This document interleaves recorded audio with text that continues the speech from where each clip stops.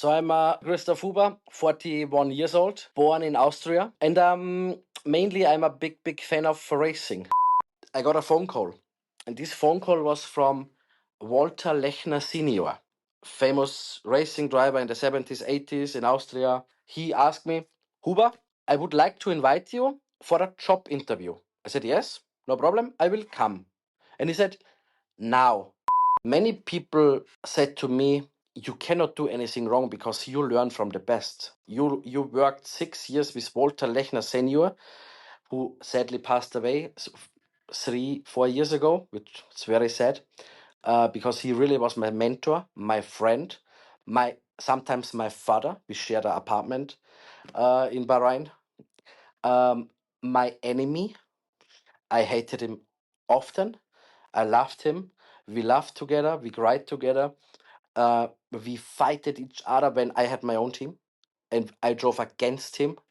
But after the season, and I lost it, and he won it because he was more wise and more clever than I, and he had more money as well. We had a beer together, and we shook hands, and we were friends again. And I remember also some days before he passed away, he sent me a really touching message, which he more or less said goodbye to me, and was thanking me also for what we had together and what we built it together. It was really nice. After a couple of weeks, I recognized by myself that the end is very near, and I have to do something. And I remember I went here in the company and I said, guys, I need help. I need help now. 4 days later, I found myself in a clinic.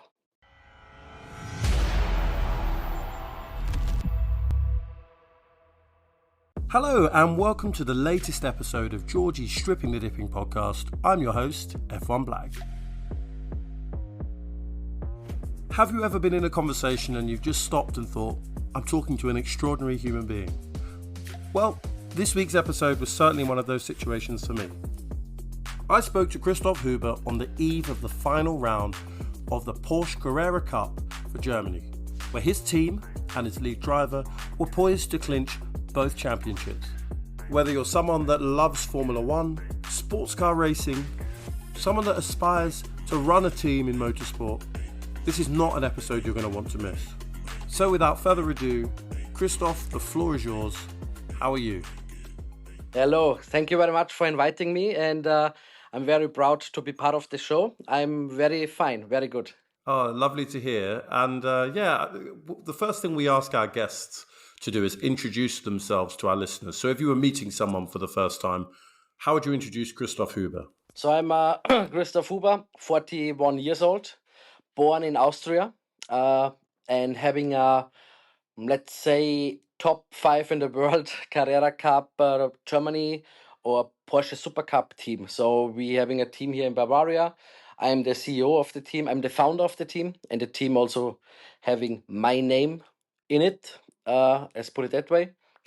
And mainly, I'm a big fan of racing. You could tell the passion for motorsport. So can you take us back? Like, what's your first memory of motorsport as a child? Yeah, I remember very well. It was 1994, and there was a magazine called Autobild. It's a very famous German magazine.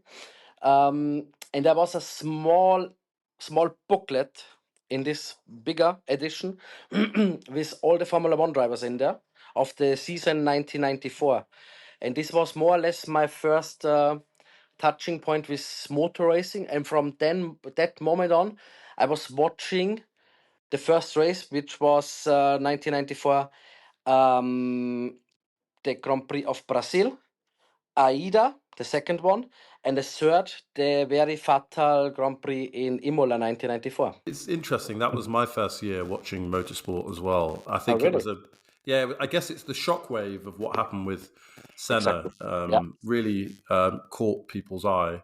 So did you have any motorsport idols? Is that a silly question for me to ask? You know, was it Gerhard Berger? Was it someone else? Who was it when you were a child? To be honest, as I was born in Austria, for me, of course, we had 3 Austrian drivers in 1994. This was, first of all, Gerhard Berger, Ferrari driver. Of course, this is very impressive. As a kid, seeing an Austrian guy in a red car is quite cool. Then we had Karl Wendlinger. And then we had we had Roland Ratzenberger. And of course, starting the season as a young fan with 3 Austrian drivers, and only, let's say, after the 4th race in Monaco, only having 1 left in the season, was quite difficult to understand as a kid, because we lost Roland Ratzenberger on the 30th of April in Imola in the qualifying. Next day we lost the biggest hero of racing ever. Let's put it that way. Which I did not understand at the time, that he was that big, and then in Monaco, we had this fatal accident of Karl Wendlinger, where he felt in a coma for, I think 14 days, 3 weeks maybe. And of course, in the Austrian TV, Austrian newspapers, this was a big thing, because first we lost Roland Ratzenberger. He passed, or he was killed in a fatal accident, and then Wendlinger.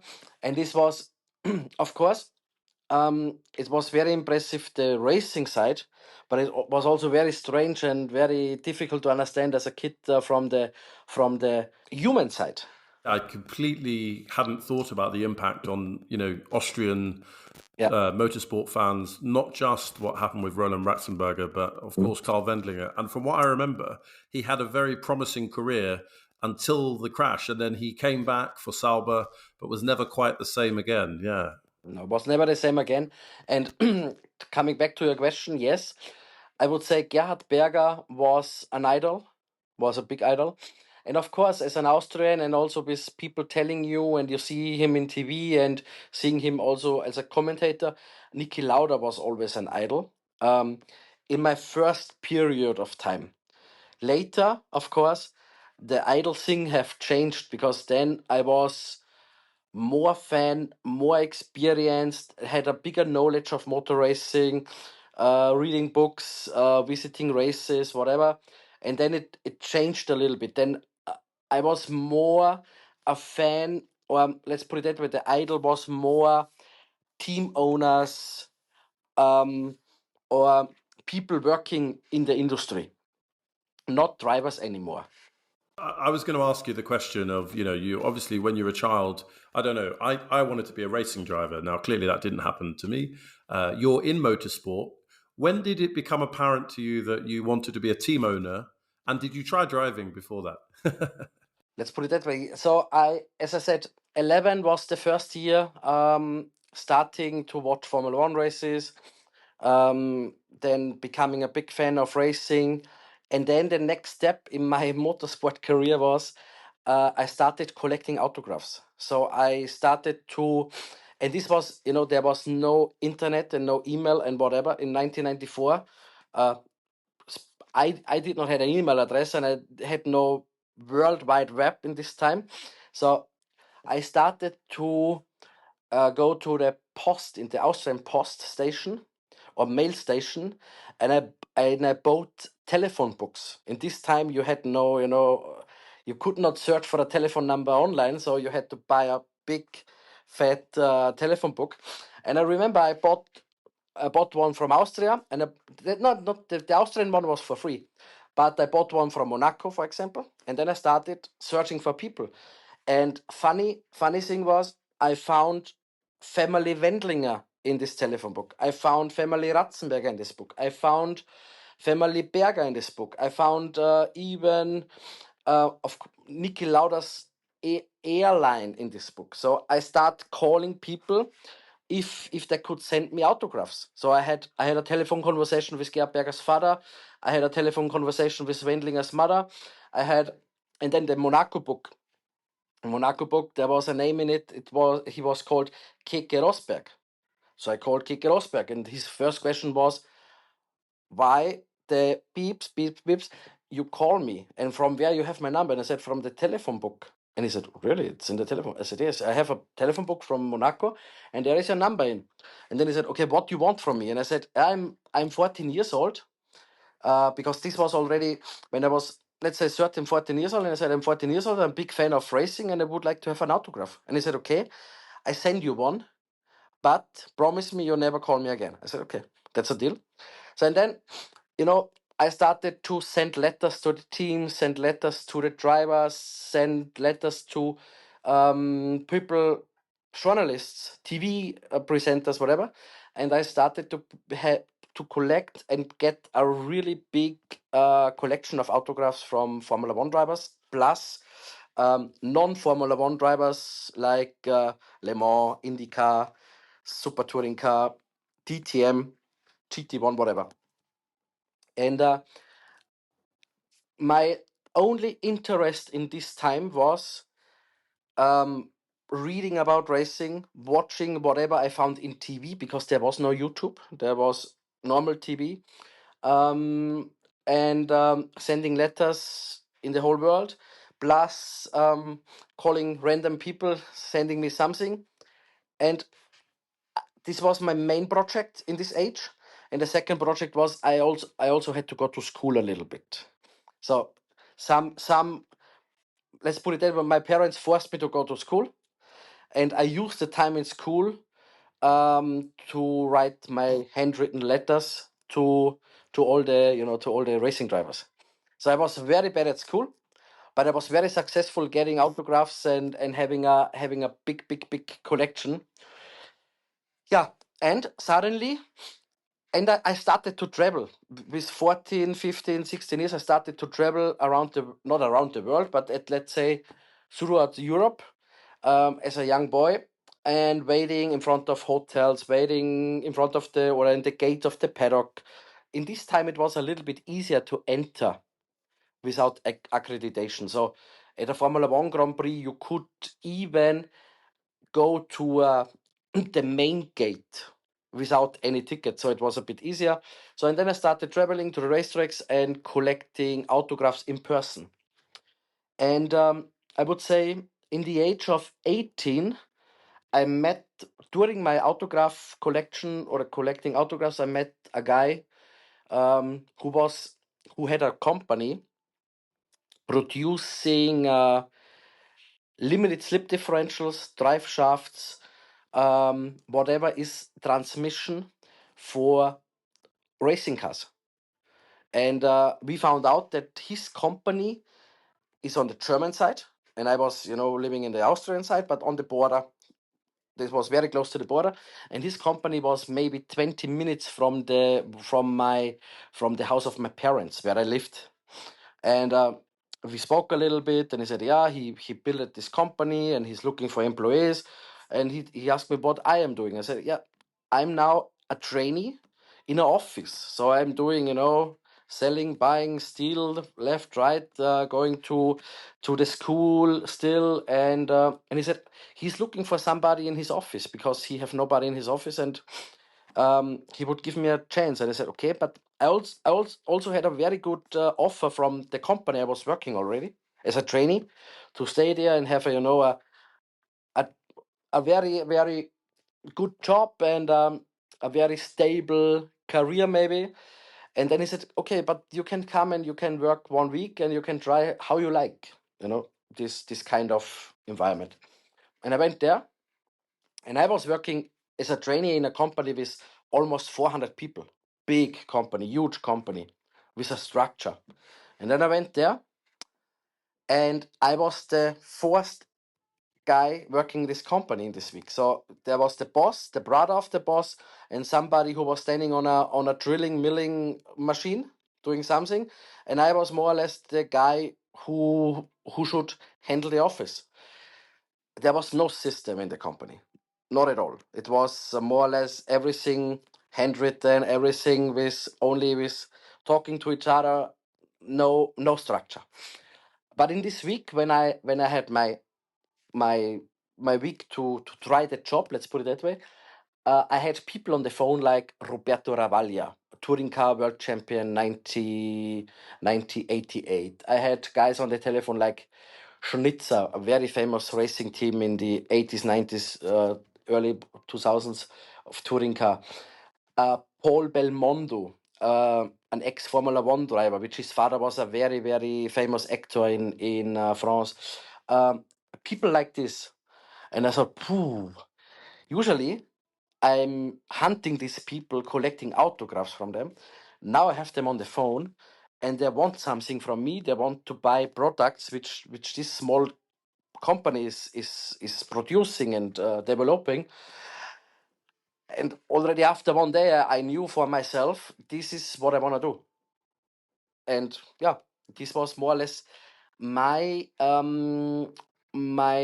first job in racing or in the motorsport industry. I'm blown away that from 14, 15, you were sort of getting on a train or plane or bus or whatever and getting around Europe. And yeah, I have from what you're saying, a kind of nostalgic image in my head about Formula One being a little bit more accessible in that period.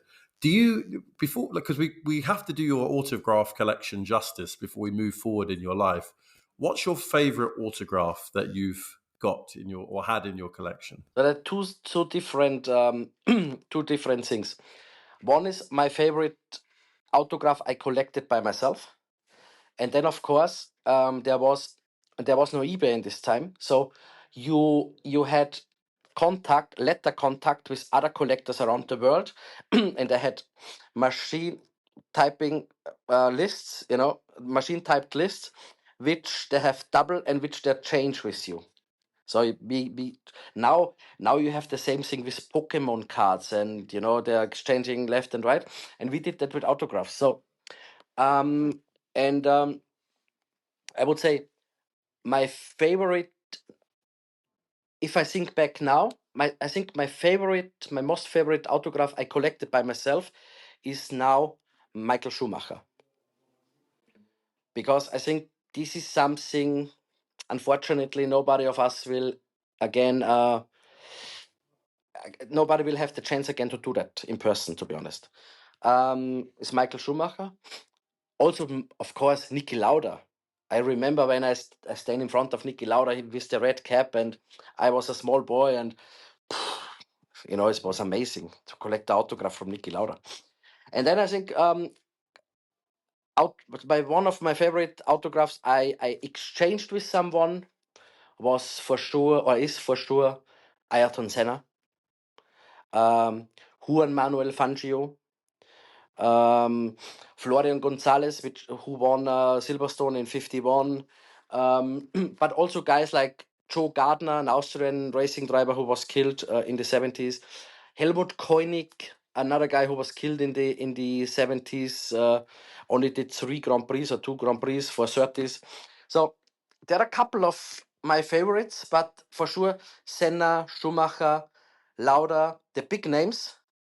Um, my favorite ones, but there are also, if I would look through now the folders, which I still have and some I gave away, unfortunately, we would find maybe also some names which are not very common, like Prince Bira was a racing driver from Thailand in the 50s, which I also like. But yeah, it's a wild mix. I cannot really answer what is my really favorite, but there are a lot of favorites. Yeah, I feel like I've asked a very kind of one-dimensional question to something that in your head has many different variables. So yeah, apologies for trying to squash it all down.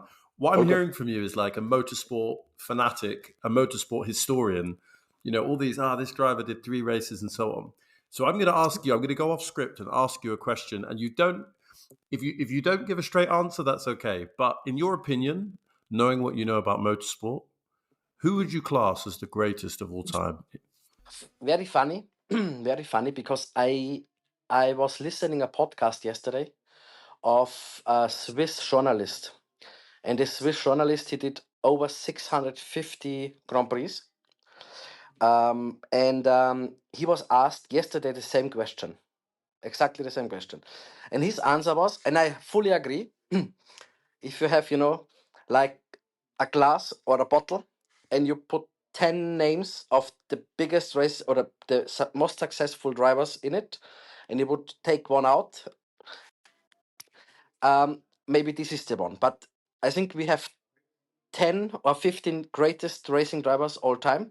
But if you really force me to tell you one, I would say Juan Manuel Fangio. Because, Wow. and I have also an explanation, because I think this time was, you could risk your life, but this counts for every racing driver in the 50s and 60s and 70s. You risk your life every second on the racetrack, because you never know what happens with the car, with the spectators, with the track, with whatever. And I think winning so many championships and in this dangerous period of racing is very special. And because later on, and maybe this also counts for Fangio and the other guys, but later on, if you see Senna in 1988, McLaren won 15 races out of 16. So it was only a question about, is Prost or Senna winning this championship? If you compare it with this year, I think the guy who is winning the championship this year, and unluckily McLaren had not the best start into the season, then I would say maybe winning the 2024 season is more valuable than winning the 1988 season. And I know not many people will be happy what I'm saying, because of course Senna is a legend, but I think in this season we already have 6 different Formula One winners, something like this. So the quality of nowadays and I think is very high, and I think it's maybe to rate this season higher than 88 is not so wrong. Yeah, I'm now adding up all of the winners we've had so far. We're recording this podcast in the sort of second break of the season where the Chinese Grand Prix should have been. So yes, both Mercedes drivers have won. So that's 2. We have Verstappen has obviously won. Both McLaren drivers have won. That's 5. Now, I know Leclerc won Monaco and he won Monza. Has Sainz won this season? Can't remember. Yeah, so I think that's so. 7. We're on 7. 7, huh? So there we are. Yeah. Amazing, huh? Amazing. It's mega. I cannot remember a season where we had 6. Doesn't matter if it's 6 or 7. We had 6 or 7 different Formula One winners. It's cool. Really cool. Yeah, I want to say it was something like 2012. We started off and we had a different winner every race, including, if I'm not mistaken, Pastor Maldonado won the European Grand Prix or something like that, and it was crazy. Barcelona, it was Barcelona. Barcelona, that was it. Yeah. And after the race, the Williams garage was on fire. On real fire and on On real metaphorical fire. Yeah, on real fire. Wow. Okay. See, you know all the statistics. Well, that's fascinating. So, right, let's go back. So you got this. You networked your way into an opportunity 20 miles from your parents. 20 minutes from your parents' home, across the border in Germany. It's a manufacturing company. It's producing components, I suppose, for motorsport. Exactly. So you're still young, and so like, when did you become a team owner? And what was the journey from where we left your story to then? So then, as I said, I started to work for this company. The name is Drexler Automotive. In this time, it was Drexler Motorsport, but then they changed the name a little bit. In the UK, you have Uland and X-Track. So this is more or less the same field where they're working. So this was the competition. Uland and X-Track was the competition. Let's put it that way. And Drexler, I started. So we had 4 people working in this company. And this was 2002. And in 2010, I decided from one day to the other, I quit. On this moment, we had 120 employees. And as I was the first guy in the office, I was more or less growing with the company. I was not good in any specific things, but I knew from everything a little bit.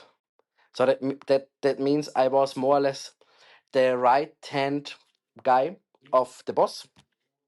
And whatever we did, starting with creating a website, starting with buying a laptop and having an email address, building a sales team and doing certification.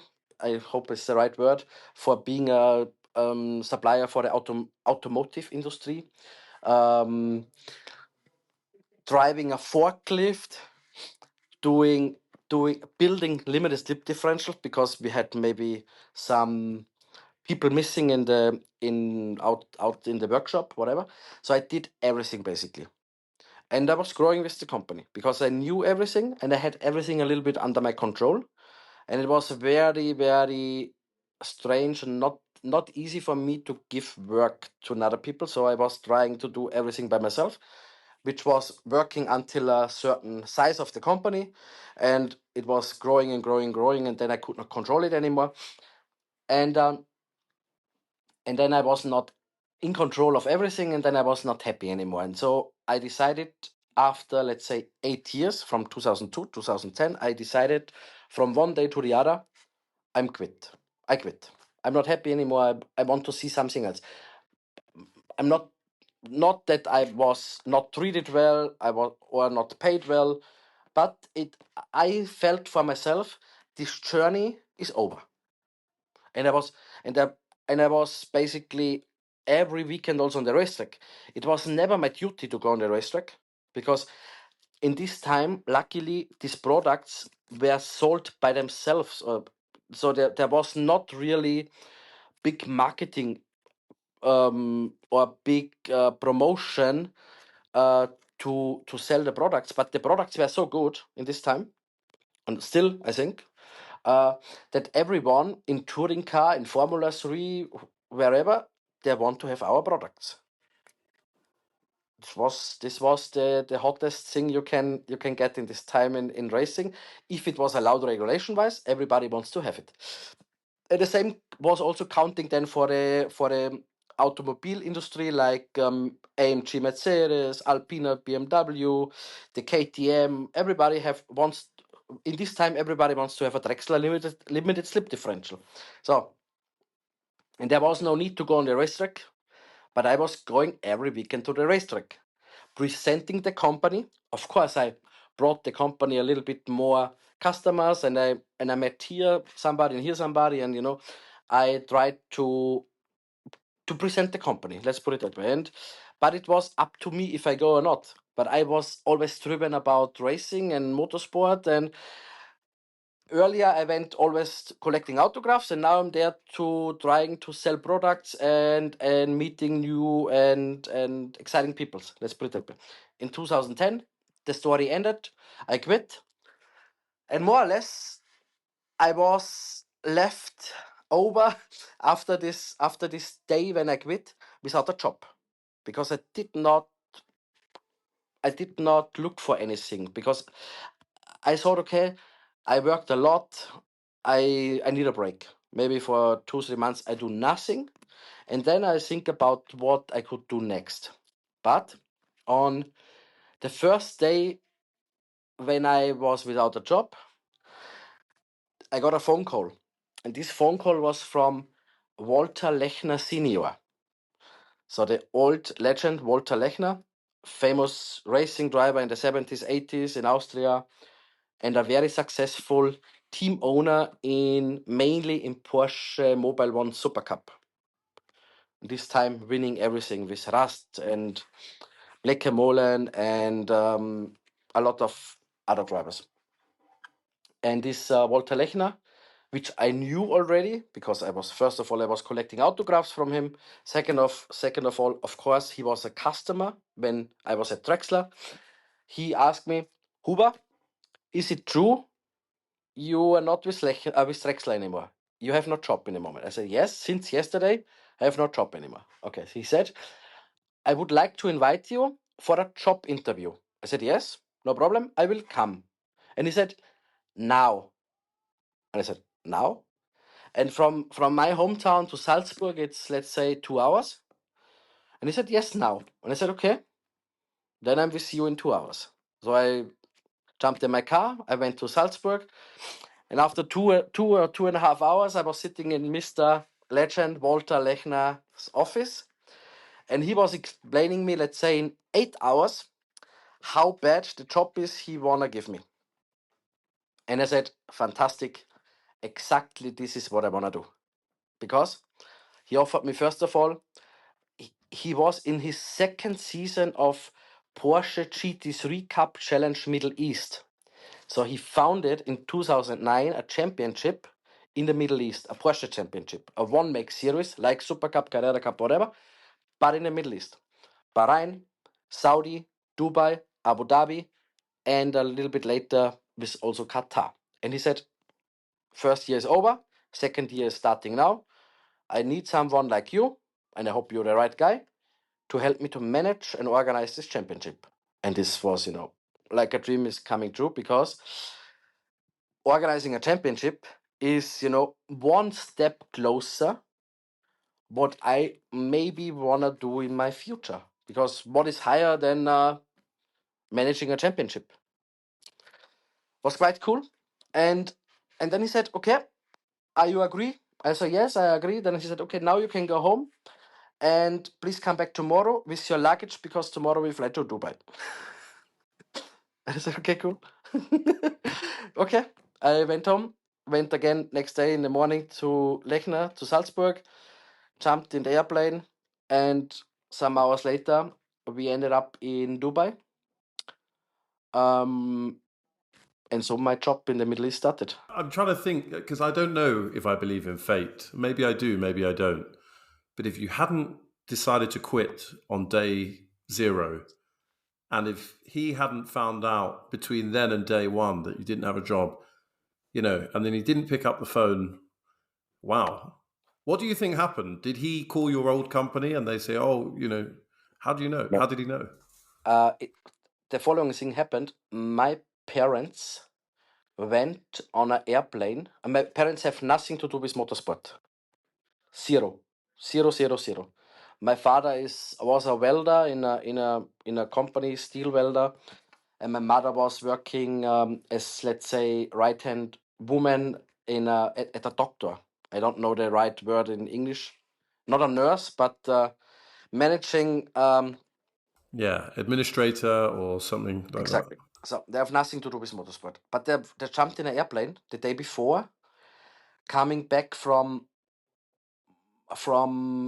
Mallorca, and there was a guy sitting one row before them, in front of them, and there was on his shirt was written Walter Lechner Racing. And my father or my mother, they tipped on his shoulder and they said, do you have something to do with Lechner Racing? And he said, yes, I'm Walter Lechner. And then I said, maybe you know my son. He was working for Drexler. And he said, was working? And they said, yeah, he quit. And I think it was his last day yesterday or tomorrow or days before, whatever. And I said, interesting. What is he doing? And my parents said, nothing. And he said, okay. And this was more or less this conversation. And then this was the reason why he found out that I have no job anymore. And I was not looking actually for a job, but he found out I have no job and he called me. And yeah, it was also a lot of luck in it, to be honest. Possibly. I mean, there's luck, but then there's also, so there's a saying, and I always get it wrong, but luck is when preparation meets opportunity. So clearly, if you'd driven to Salzburg and not been very impressive, you wouldn't be becoming the head of the championship in UAE. So I was not, let's put it that way, I would not call me the head, because the head was always Walter Lechner. of course. But let's say my job title was one time general manager, then the year after it was sporting director, and then back to so we never found the right subscription for my job, but I was next to Walter, I was the head, yeah. Okay, well, I'm glad you corrected that, and I apologize, Walter, for any. All good, all good. No. So how long you spent? Did you say you spent 3 years there, or how long were you spending there in the Middle East? In total, I started with Walter Lechner in 2010, and this Lechner story ended in 2016. So that means these 6 years, I spent 6 years in the winter from, let's say, October till April in the Middle East. And after the first Middle East season, which was very impressive for me, because we started our season in the Middle East at the Formula One Grand Prix in Abu Dhabi. So now I was already a part of the Formula One paddock. And being, somebody in the organization of the GT3 Cup Challenge Middle East, at the support series for Formula One, I had my first Formula One paddock pass, which was a dream is coming true for a Formula One fan, was mega. And of course, but I had to focus more on my job. I tried to stay some minutes in the F1 paddock. I was very shy, not doing anything wrong, But yes, after that first season in the Middle East, in April, the season in Middle East was over because then it's getting too hot. Then the European season is starting. I said to Walter, but what I'm doing in the summer? And he said, yeah. And I said, I would like to do, can I be your Porsche Super Cup team manager? And he said, yeah, that's a good idea. So then I started to be in the summer the team manager of Lechner Racing in the Porsche Super Cup, which also was a dream coming true because now I had 8 weekends as a Formula One support race, and I spent at least 8 weekends every year in the summer in a next to a Formula One paddock. Super cool, super nice, super exciting. After that season, the next Middle East was starting, then another Super Cup, and then I had a plan, and I said, Walter, and he know it anyway, but I was pushing him. There was also the Porsche Carrera Cup Germany. So most of our drivers who drove for Lechner and Super Cup did Porsche Carrera Cup Germany, but with a different team because Lechner was not doing Germany. So and then I really, really pushed Walter Senior a lot, and I cried a lot. Please, please, please, and please, please, please, let me do that. Let me do that project and this and that. And he was really against it from the beginning. And he said, okay, you can do it, but you have to do it more or less by your own. And if you sorry if I say something wrong, because since last week in where was it, in Azerbaijan? Yeah, yes, it was Azerbaijan, the Grand Prix, yeah. Yeah, so Max. exactly, Max Verstappen. So, but then he said, but if you fuck it up, it's your problem. I'm not so supportive because we have our Super Cup project. We are very successful. We are very good in Super Cup. And I also, if we do it in Carrera Cup Germany, we also have to do it in a proper way. And Huber, I'm not spending that much time and money in this project, so you have to fix it. And I did it in 2012. The first time I found by myself a big sponsor. I found a driver who brought some budget. This driver is now a DTM driver. So an Austrian DTM driver. There are not many. And the second driver was Michael Ammermüller. So the ex-Formula One test driver, Red Bull Formula One test driver. And he was in his, let's put it that, he was starting to do Porsche Carrera Cup, Super Cup. So he was not on the highest level in this championship first year. But I had 2 really good drivers and we did a decent and good job. And so everything went well. And from this moment on, Lechner was a part of Carrera Cup Germany plus Super Cup for many years, which was nice because it was a little bit my baby, and I more or less motivated Walter to be part of this Carrera Cup Germany.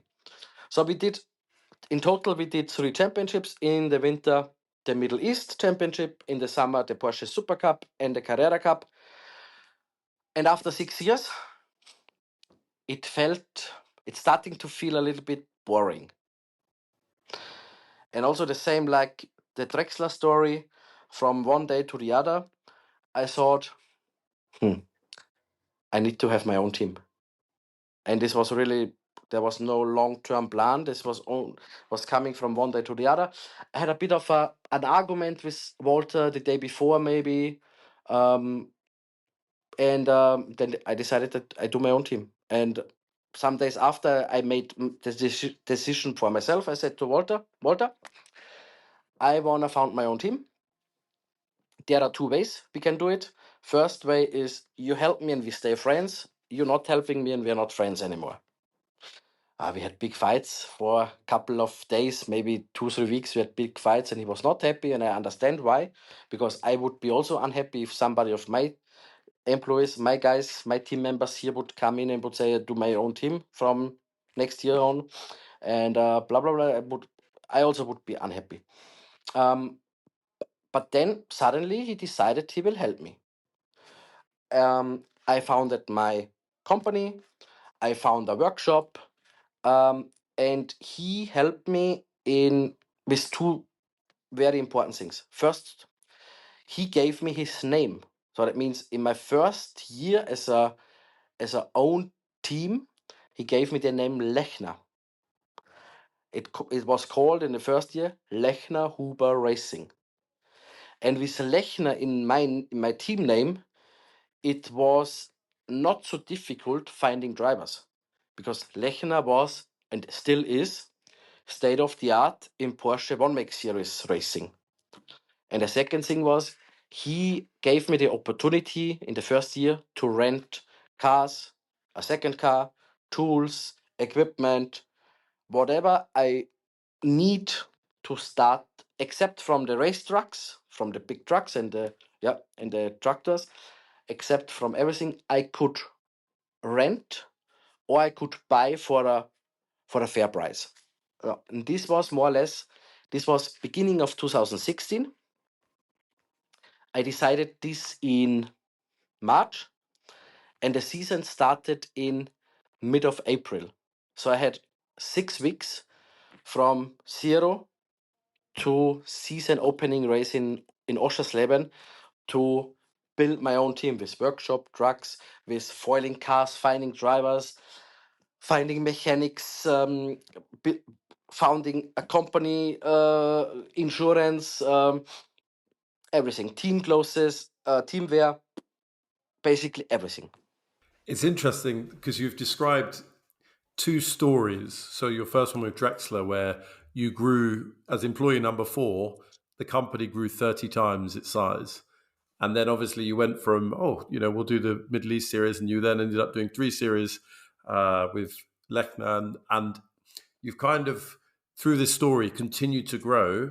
And when you said, so in English we'd say, which is a compliment, but some people don't think so, a jack of all trades, master of none, which basically means you know a little bit about everything. And it sounds like you then use that to become a team principal. So I suppose my question to you is, what is the main attribute to being a successful team principal? I cannot answer that because I'm not a successful team principal so far. Whenever I'm successful enough, I will tell you what it is. But I failed many times and I'm still failing every year to not do it 100% right. So we are far away to be that successful as I wish or dream. But of course, and many people told me, and maybe it's not directly answering your question, but many people said to me,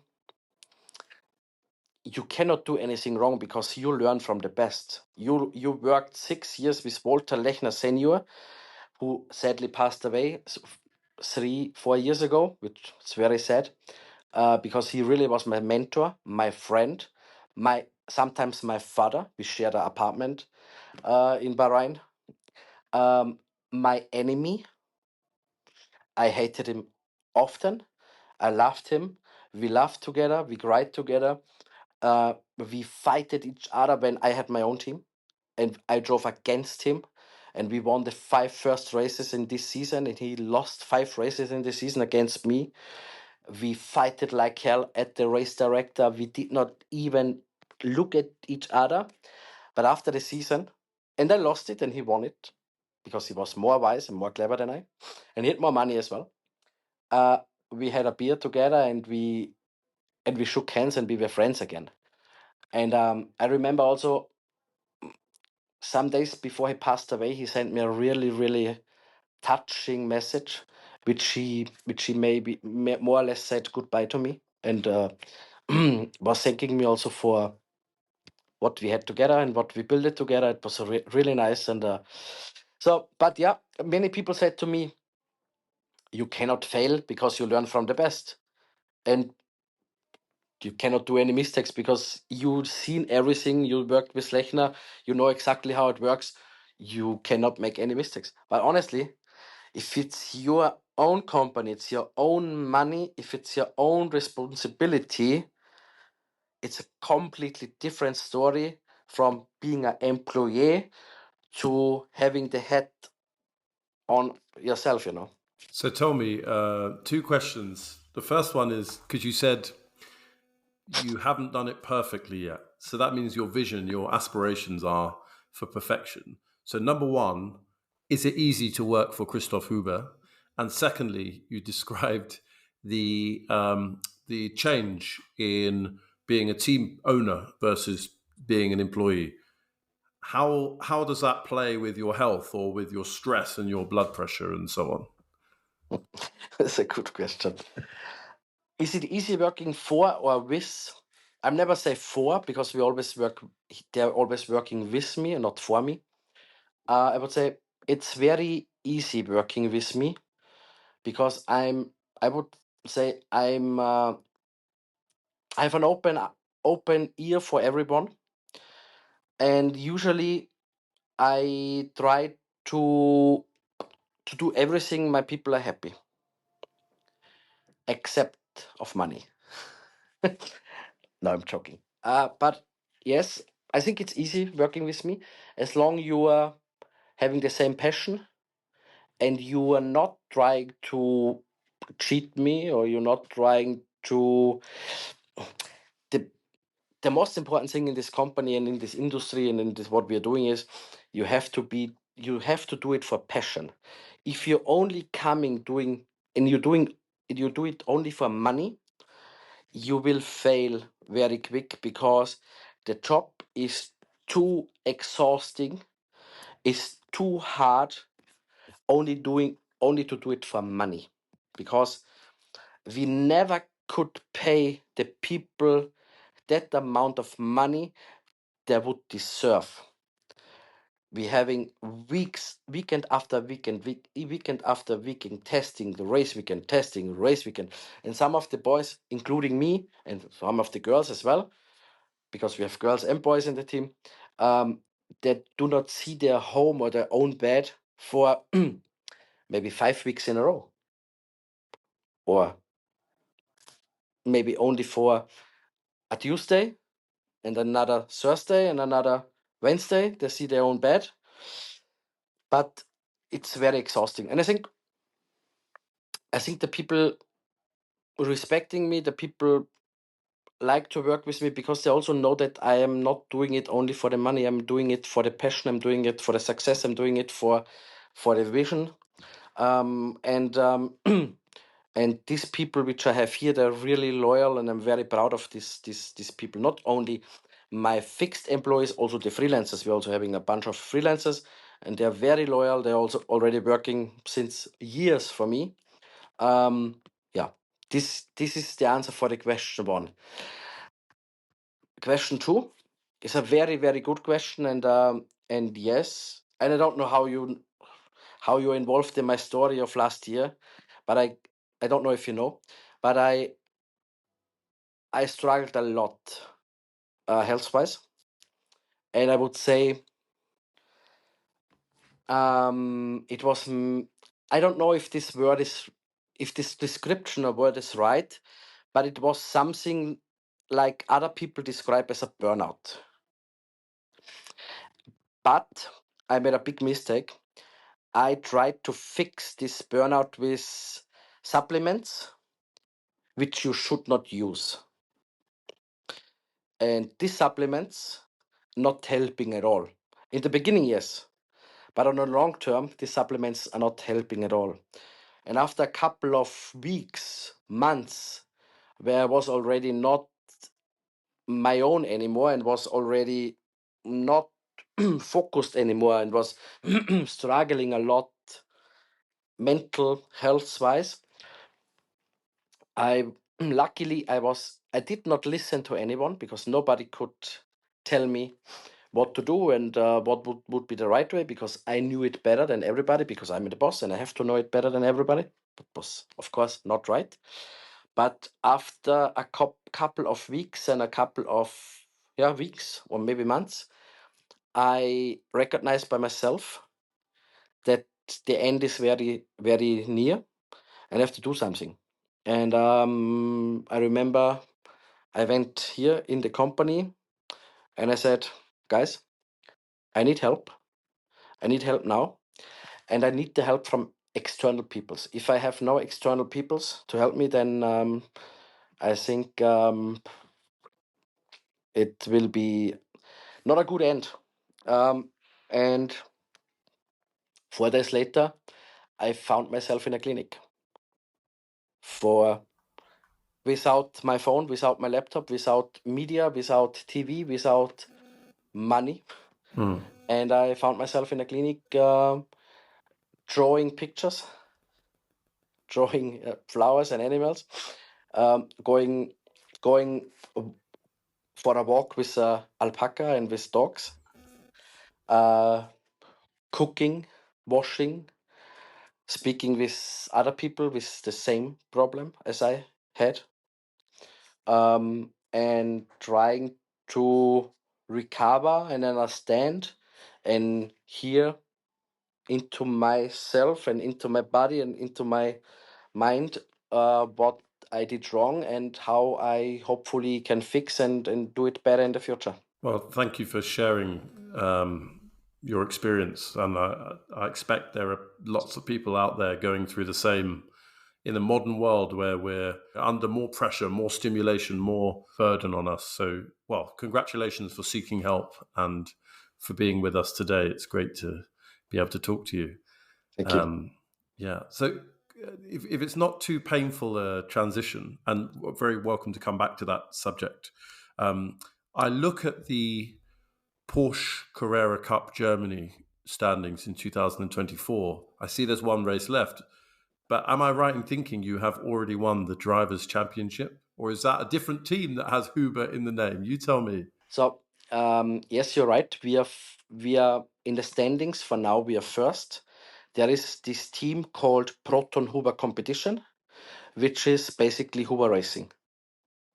But as I explained you, I had my struggles, and I went in a clinic, and when I came back in my company, I found out how many mistakes I did, and how bad the situation is here in this team, financially. Also, because I in these not stable conditions, I made also many wrong moves and wrong decisions, which cost more money than it made. And so the only way to survive, not the only, but it was is much easier, a bit easier, was finding a partner. In Proton competition, Christian Ried was very kind and was interested to join our team and helping us. And so this is the reason you find in these standings the name Proton Huber Competition, which is basically Huber Racing, but we merged with Proton. The driver who is first is Larry Tenforde, and we have 35 points more than Harry King. We are not champion, so in not yet. But we have 35 points more than Harry King. And in Hockenheim, and this race is in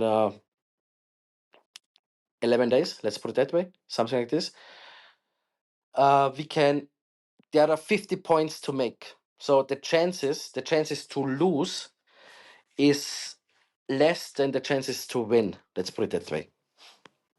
Yeah, I didn't see that there are 2 rounds in the weekend, so that makes sense. Well, Exactly. There is a Saturday race and a Sunday race in Carrera Cup Germany. well, best of luck. And what's interesting to me, because I was also looking at then the Mobile One Super Cup, and so Larry doesn't race for you in the Mobile One Super Cup, but he's winning that as well. So is he just the super driver? Yeah. There is Yeah. a rating, an international rating about racing drivers. I cannot remember who is doing that, but there is a top 10 in the world. Of this top 10, I think there are 9 Formula One drivers, and on position 6 or 5 is Larry Tenforde. So there is a statistic of performance of racing drivers, and Larry is 6th all over the world. He's the superstar, the Porsche One Make Series superstar. He drove with us already in 2019, 2020. So we won our first Carrera Cup championship in 2020 with Larry Tenforde. Then he left our team. And since that year, he's back with us in Porsche Carrera Cup Germany. We were a little bit, or I was a little bit too late to finalize a deal with him for Super Cup. But honestly, you cannot win everything, and he chose also a very good team, a right team, and they did a very good job and maybe a better job than we this year in Super Cup. So, but yes, Larry is for sure one of the best racing drivers in the world, I would say. Yeah, he's with the Schumacher team. Is that linked to the family, or is it not at all? Not, No. no, not at all. It is the name is from Com Ledoga, which is Okay. also a very famous GT driver, and Schumacher is a sponsor. I think it's a car dealership in France. That's so random, but also it works extremely well. Exactly, yeah, exactly. To hear that Larry is in the top 10, or a ranking for top 10, and the others are Formula One drivers, it doesn't surprise me, but it may surprise Yeah, others. So will you try and sign him for next year, or you don't want to reveal that yet on the show? I want to mention a small detail. Please. We are not only first in the driver championship, we are also first in the team championship, I saw, yeah. which is, of course, let's put it that way. Larry is the dominator of the last couple of seasons. And don't get me wrong, but winning a driver title with Larry is very nice. But for me, the team title is a little bit more important, because this shows not only the good results of Larry Tenforde, it also shows the results of the whole team. And what makes us a little bit outstanding, and I'm more proud of this, we have 5 drivers in the German Carrera Cup in our team, and 3 of them won a race. Alexander Tauscher, first race win. Last weekend, Flint Schuring, first race win. And Larry Tenforde, of course, is the Verstappen. He's the Verstappen of Carrera Cup and Super Cup. He's winning a lot of races. But having 2 youngsters, like, let's put it that way, Colapinto and Behrman have won a race in my team. Um, this makes me, of course, very proud. And now I forgot your question. No, there was no question, and it's great to hear. I was seeing the standings there, and so in second place is it Uniserva by Team GP Elite. So they're what 40 something points behind. So you have a good chance, but we cross our Good chance, fingers for but you at Hockenheim. Yeah. still very close, because I lost in 2016 in my first year Mm.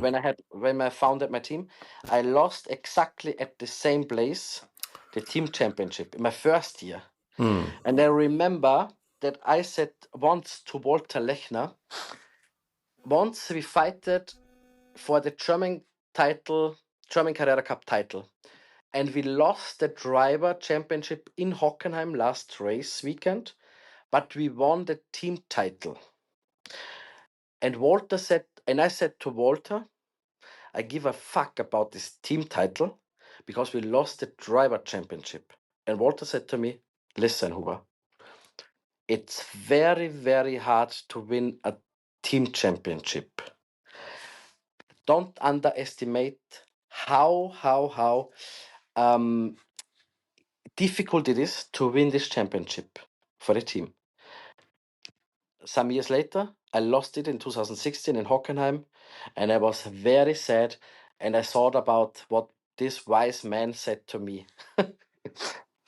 So no pressure and good luck with the final race of the season.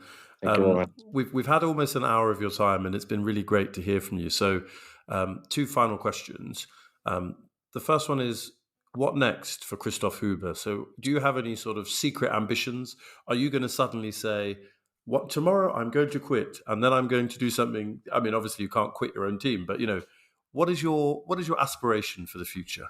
So, in the moment, this year, we're doing Carrera Cup Germany, Porsche Super Cup. We're doing the Swiss Sports Cup. We're doing the Michelin Le Mans Cup with the GT3R, so with the bigger car. We're doing Porsche Sprint Challenge Southern Europe, and we're doing the Carrera Cup Middle East. So there's 6, 7 different championships. Of course, I have goals which I would like to bring the team in. And this is in Porsche One Make series. We cannot go higher because the Porsche Super Cup is already the highest thing you can do with a Porsche Cup car in the environment of Formula One. So there is nothing to be more high. With the GT3R which we have, we can do Le Mans, we can do DTM, things like that. And of course, this is the way we would like to go. Something in endurance, for example. And if I would have the opportunity to quit my job, or maybe one of my shareholders is kicking me out one day, you never know. I I would see myself in a hopefully in a management position in a racing team, but not my own team. I would like to spend other people's money and causing them troubles either than to cause myself troubles, or being a driver agency management to make a lot of money out of doing less work. For example, And no risk. And then I will find you in the Monaco phone book, and you will say, "Don't ever call me again." Exactly. Yeah. For example, yeah. Brilliant. Yeah. Final question: do you have any sort of messages, anything you'd like to share with our listeners before we go? Yes, for sure. I don't know if my English is good enough to really do it in a proper way, but I think don't stop believing in yourself. And if you ever have a problem, don't be shy talking to people about it. And I think it's not a problem in this modern world, um, to go somewhere and ask someone for help, an external person. There's so many good and, yeah, specific persons who can help you with any problems you have. If you have a problem with your car, you go in a car workshop. If you have a problem with your heart, you go in a hospital. If you have a problem with your head, there is also someone who can help you. And I think in this fast world with social media, with WhatsApps every second, an email, many people are burned out, many people are exhausted, and I think stepping a little bit back, see everything a little bit more relaxed. And I know it's easy, it's sometimes easy, very easy to say, and not so easy to really do it then. But I think the health is more important than all the business and all the money in the world and all the success in the world as well. Thank you. That's an incredible note to end on. So, where can we follow you on social media? Is it Huber underscore Christoph underscore 83? Exactly. Exactly. Perfect. On Yeah. Instagram. 83 is not my age, but it's the year when I was born. Yeah. Well, one day it will be, hopefully, with luck, right? One day it will be, yeah. Yeah. Exactly. So we always ask our guests the final question, which may or may not be healthy, but it's on the subject of pizzas. Do you enjoy pizzas sometimes? You see my belly. Unfortunately, yes, yeah. Okay, so it's a yes or no question. Pineapple on pizza, yes or no? Yes.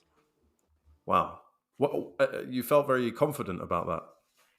Honestly, because I usually have, and I know the Italian guys will hate me now, but luckily don't have any Italian driver, not anymore, and not any Italian mechanic. But I sent one mechanic this weekend to Monza to the final round of Carrera Cup Italy, and he's the mechanic of the rally world champion. So the rally world champion, and I cannot say the name, Robampe, something like this. And he's doing this car. So maybe they will hate him now. But there are two favorites pizzas. This is pizza tono with tuna, or also the pizza Hawaii with pineapple. Wow. You're one of the few guests that says it's their favorite. Lots of people would accept it, but that's brilliant. I think most of the people are not brave enough to say that they like it. Exactly. Well, it's been a very honest podcast. Thank you so much, Christoph. Guys, if you've got this far into the podcast, please give us a like, a 5-star review, and give us your comments. I'd really love to hear what you thought about Christoph's story, and tell us which other guests you'd like to have on. But until next time, I've been F1 Blag. Thanks so much, Christoph, for joining us. Good night. Thank you very much. It was a pleasure.